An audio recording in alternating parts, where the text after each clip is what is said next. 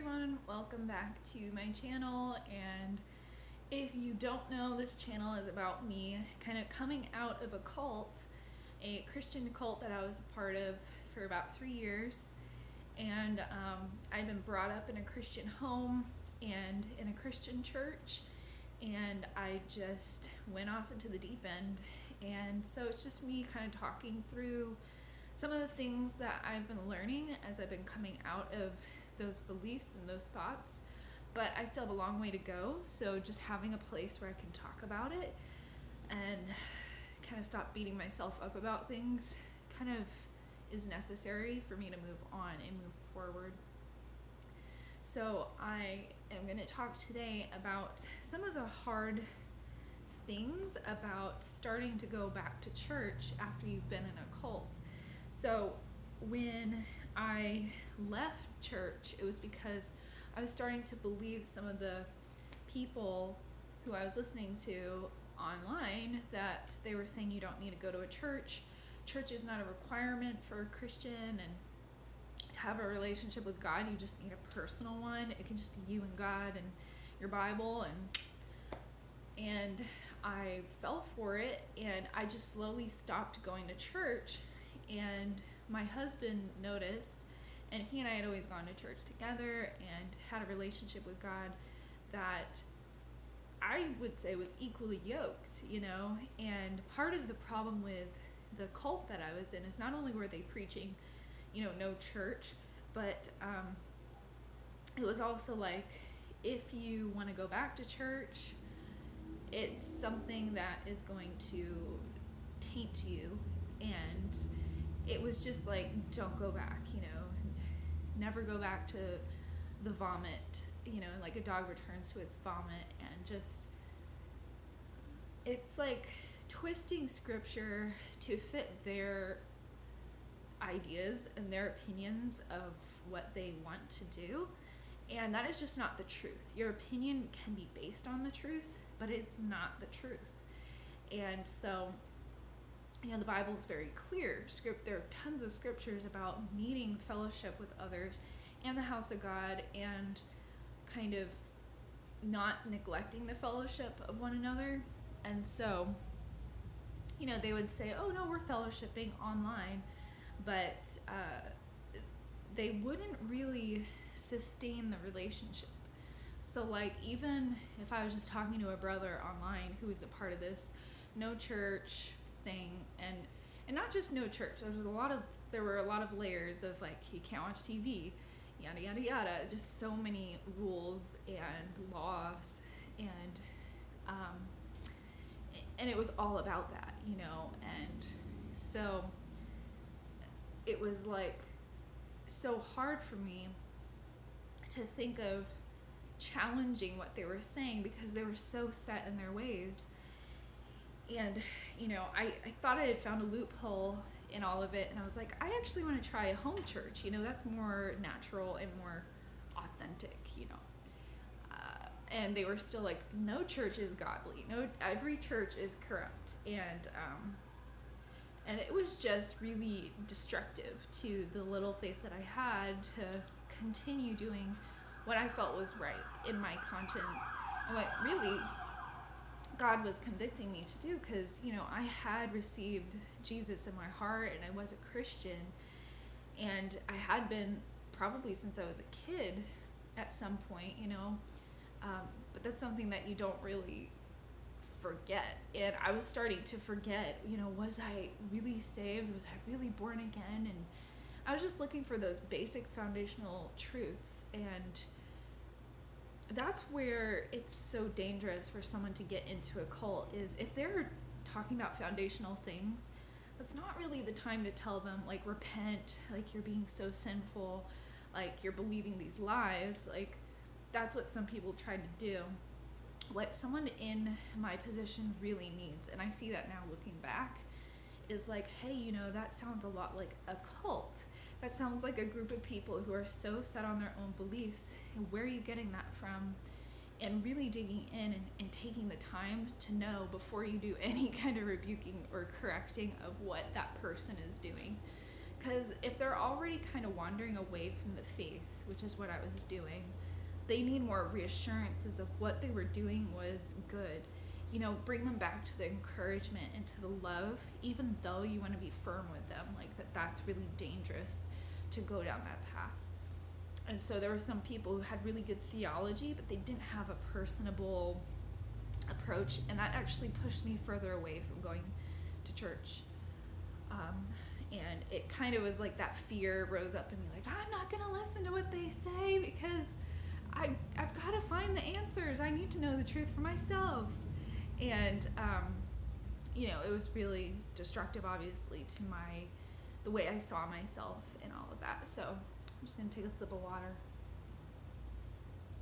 But the one thing is that, it kind of makes you so focused on yourself when you are legalistic or in a legalistic cult. It's like, if you do or if you don't, we're watching, and you should be watching yourself whether you do or don't at all times. And I always felt like I couldn't breathe, like I was holding my breath, I was walking on eggshells.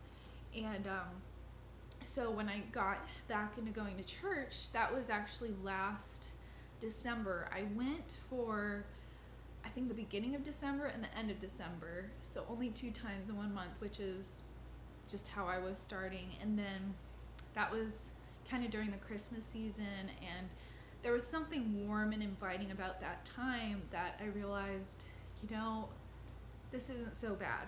And the church I was at was biblically sound, even though I didn't really fully think of that at the time. I was more like, how's my experience, and how's the music, and stuff like that was kind of forefront, because I was like, if I'm gonna do this, I'm gonna have to enjoy it. But then you also have to be like, even if all of that wasn't superb, is there biblical teaching sound and on good doctrine? And none of that was ever important to the cult I was in. They actually said, people are always arguing about doctrine and yada yada yada. We don't think that that's as important, because we need a relationship with Jesus. That's what we base everything off of. And the more I learned about New Age this past week, actually, I went on Cultish, which is a great YouTube channel. I'm just starting to get into, so I don't know everything about them.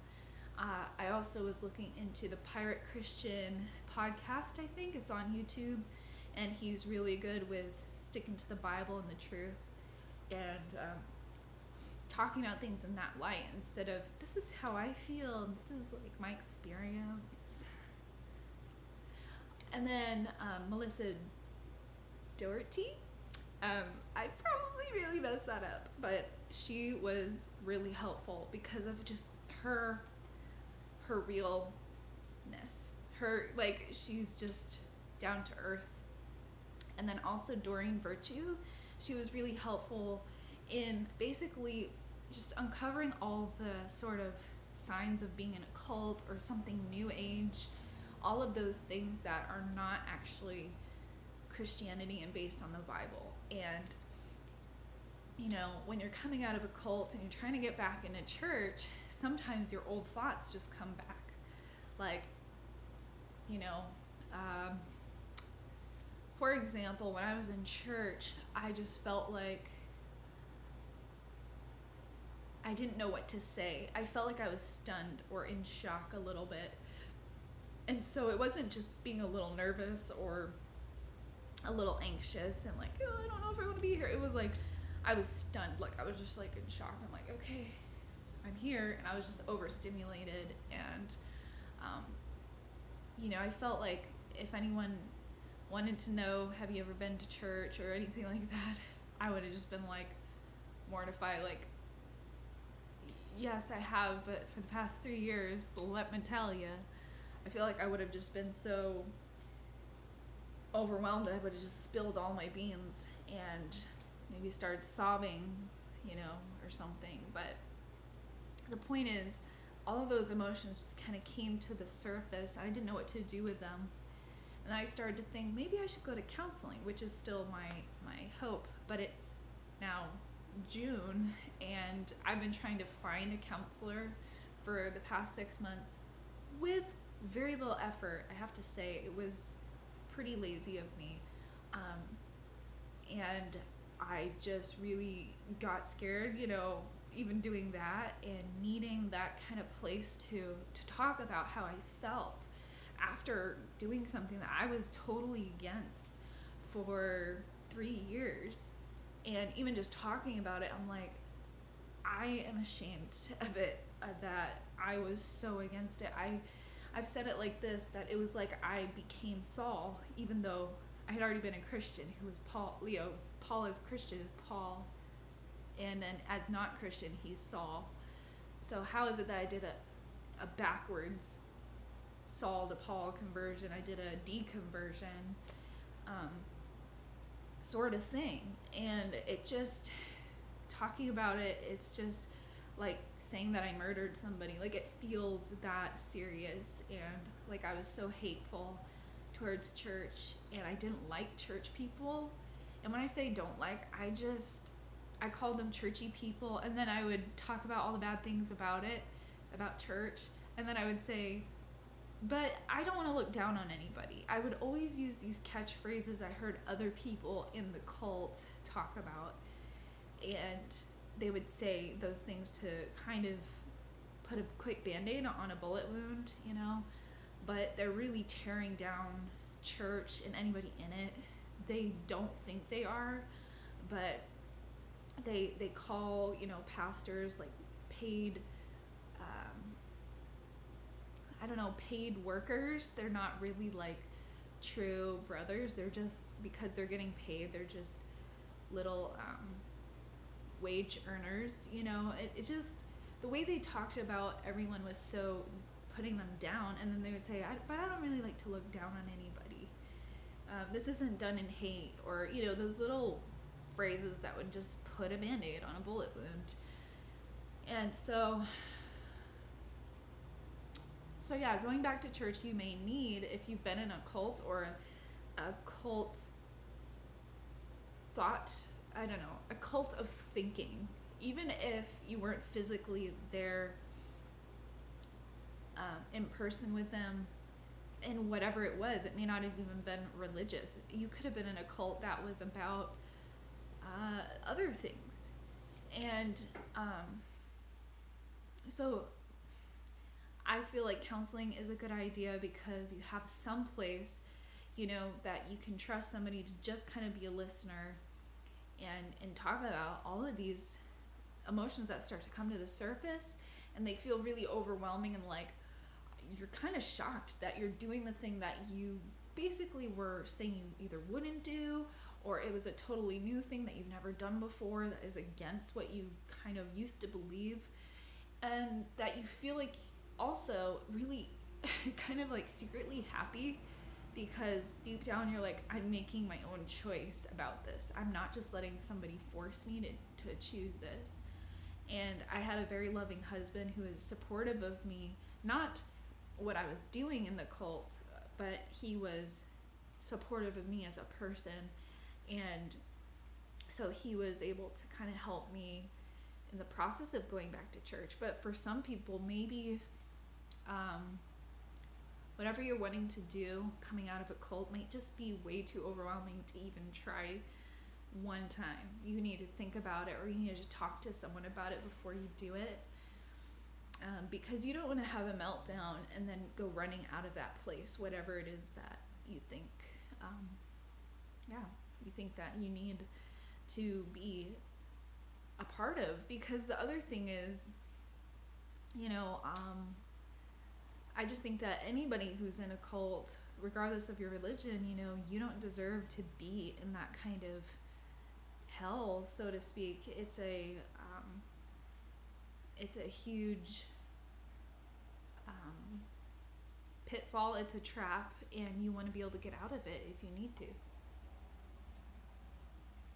So that's kind of why I wanted to make this video, to explain, like, it feels like a new muscle, even if you've, let's say, done that thing before and then you got out of it, but like we're really what makes it a cult that I was in was that the only choice you had was not to go to church, not to watch TV, movies, do video games. It was not said that way, but it was as if they were saying you can't be a Christian if you're doing those things or going. I mean, and I always felt like that doesn't make sense. Aren't we supposed to live our lives freely in God without letting anything master us? Like, we don't want things to control us. Like, yeah, I don't want to become an addict to watching TV and movies, but let me watch a show or two. Let me watch a movie, you know? What's the big deal? And so, you know, just even thinking about those things was hard for me, not just when I went to church, being there was hard, but also just when I would want to watch a show or want to watch a movie, and even sometimes like today, when I've been thinking about watching a movie, I'm like, I don't know, like I feel like, what if they were right about that? And that's the other thing, is if they're right about some things but not everything, it makes you scared to make a mistake. Oh, so they said that and it was true, it's just I didn't know after I got out of their craziness and their insanity. I didn't know that actually that part was still accurate though, and I could still, like, you know, believe that. But it's kind of like we have to come to terms with beliefs on our own timing that God gives to us. So like I feel like God's timing isn't necessarily our timing. That's not what I meant by that. I said it wrong, but what I mean is, you know, God's timing for us is what's best. So if he's not ready to help you with a certain belief that you have that has to do with, let's say, movies, or let's say church or something, and he wants to work with you on how you don't know if you have a relationship with him or not, that he's probably going to address some things first and prioritize certain things, and other things we just don't know why he prioritizes certain topics. Some things are kind of not salvational in terms of, I don't know if I'm saying this right, they're not super foundational, and they're more like use your discernment and optional. But when you're in a cult, they often make it feel like that is expected, that is not optional, and you just feel like it's so cringy, and it makes you want to run away and hide and cry or something. And so yeah, I still struggle with a lot of things coming out of a cult. I want help is one thing I've realized. I do want to get, you know, therapy, Christian counseling to help me, but I also sometimes wonder, like, do I need it? You know, do I just need to go to church and maybe try a Bible study and just see how that works, you know? There are a lot of choices we're able to make, obviously, in life, but I still have so much trouble making decisions simply because, like, I don't think I was really taking care of myself very good. When I was in a cult of no church, no entertainment, and all of that for 3 years, the last 3 years, I felt like I had to take care of my husband, my work, you know, my work at the people at work. By take care of, you know, I put them first. I, you know, whatever they think is best. My boss, I never pushed back. I never challenged anything really. And I did start to do that more last year, because that's when I was starting to realize, at least on an emotional level, this isn't very sustainable, what I was doing. I was really having mental breakdowns and getting more and more isolated, especially with the pandemic. So I, like, what was I saying? I didn't ever know how to put myself as a priority without being super narcissistic or selfish about it. Just like, I need rest. I need to do chores. I need to go to bed early. I need to, exercise. These little things that were being neglected, I just was ignoring. And I was like, well, it's because I had to, make sure my husband was happy. So we went out and socialized when really I probably just wanted to loaf around the house and relax and just eat and, things like that. Things that we know we need, and it's hard to speak up and give your true thoughts, your true feelings, and also your true beliefs about those things.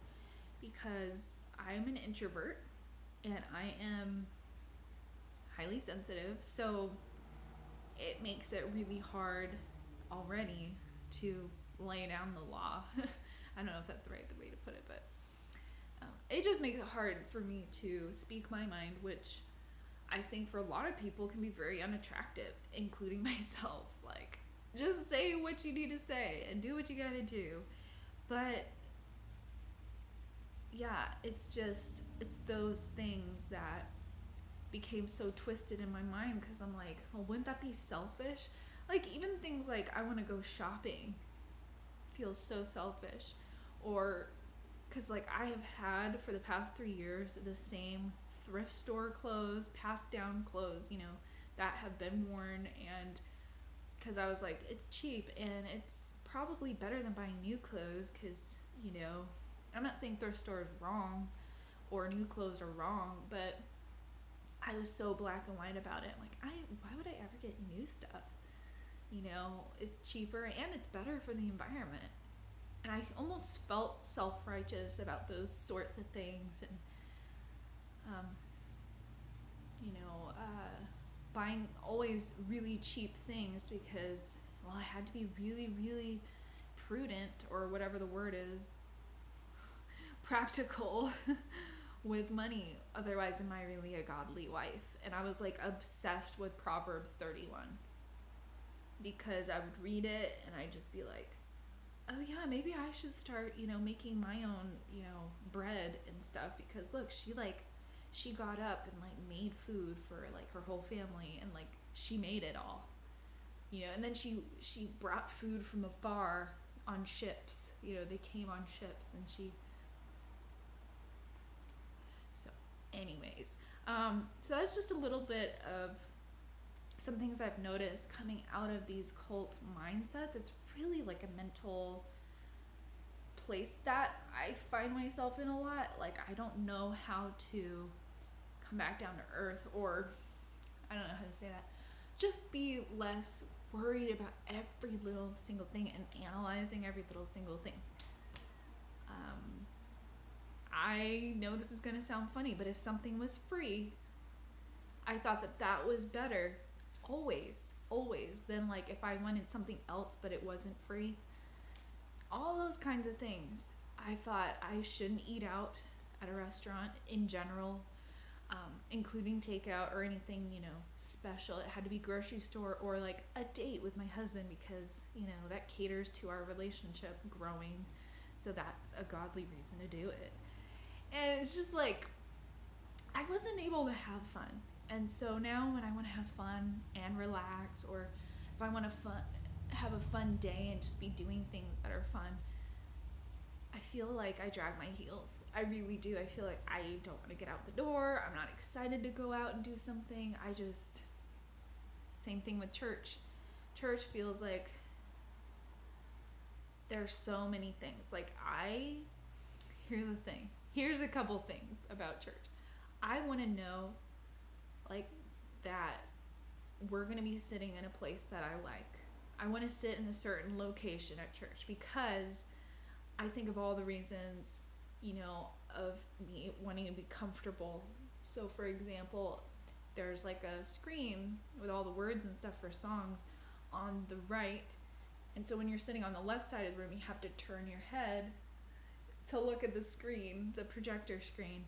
And little things like that will actually make me feel neurotic. And I'll be like, am I crazy? Because I just don't like turning my head, literally like doubting myself for every little reason that, oh, I don't want to sit in this pew that's packed with people. I want to just sit somewhere a little less crowded.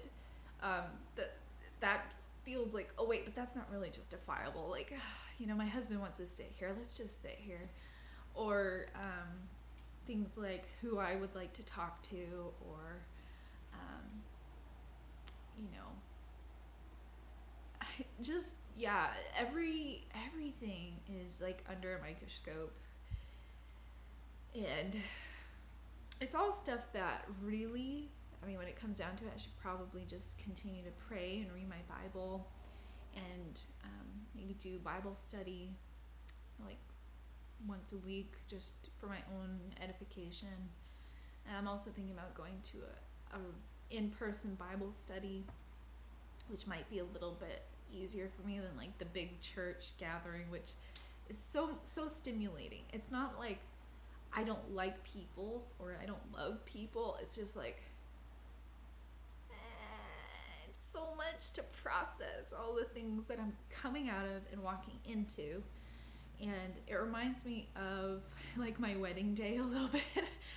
I had so many positive emotions and good feelings, and like, well, that's the same as emotions basically, but I had good, like I was doing good. But then every once in a while I get really stressed about this detail or that detail. And then I'd have to remember, like, this is good, this is such an awesome day. And then I just like remind myself and think, a bit more realistically, like, this is my wedding day, like, this is awesome. And the fact that I'm going to church, as much as some people won't agree with this, it's awesome, because I feel like the prodigal daughter who came back. And I know there are many people like me or similar kind of struggles. Nobody is like another person. We're all unique, but we have similar threads that kind of connect us. And so, yeah, I just wanted to share. I know this is like a 30-minute video, but I just wanted to kind of share that it's not going to be easy if you're in a cult and you want to make a change to get out of the cult and do things the way that you get to choose what you're doing. That's a challenge. It's really hard to start choosing what you feel is right, by God. Obviously you don't do it apart from connecting with God and knowing what He wants for your life. So I'm just thankful for some community. That's one good thing about church right now. And I didn't really have that in the cult, because it was more like either people buzzed around me like flies and I was like, okay, you're getting a little too clingy, or, and this is just the honest truth, or they would just kind of like go totally silent on me, and then I'd feel guilty, like, oh, maybe I should write them a letter. And those are just things that are not genuine, that on both ends, like, it doesn't make sense why things have to be that way, where things are sort of strained in a relationship. It should be from a desire to connect with people and fellowship with them, and it always felt a bit forced. And so this feels more authentic. Like, I feel comfortable with people. It's just my own, the stuff going through my head when I get to church. I just like, I need the Bible right now. And so I'm thankful for the sermons and the Bible and the prayer, and we get to sing worship songs. And I feel like, even though I have my regrets, like, God's showing me the hope of His redemption. Like, He's redeeming. And that's just the good news, that God wants to redeem your life. So just wanted to share, and I will definitely give you updates, like if I start counseling, or I just want to fill you guys in. And if it helps you in any way, whether it's mental health related or spiritual and Christian related, this is really a place where I'm just processing, but trying to do that in a focused way as best as I know how, so that it can help somebody. And also leave a comment if you have any thoughts or experiences that you've had with either just a cult or just like being prodigal from God, and how God brought you back. So I hope everyone's doing good, and I'll talk to you soon. Bye.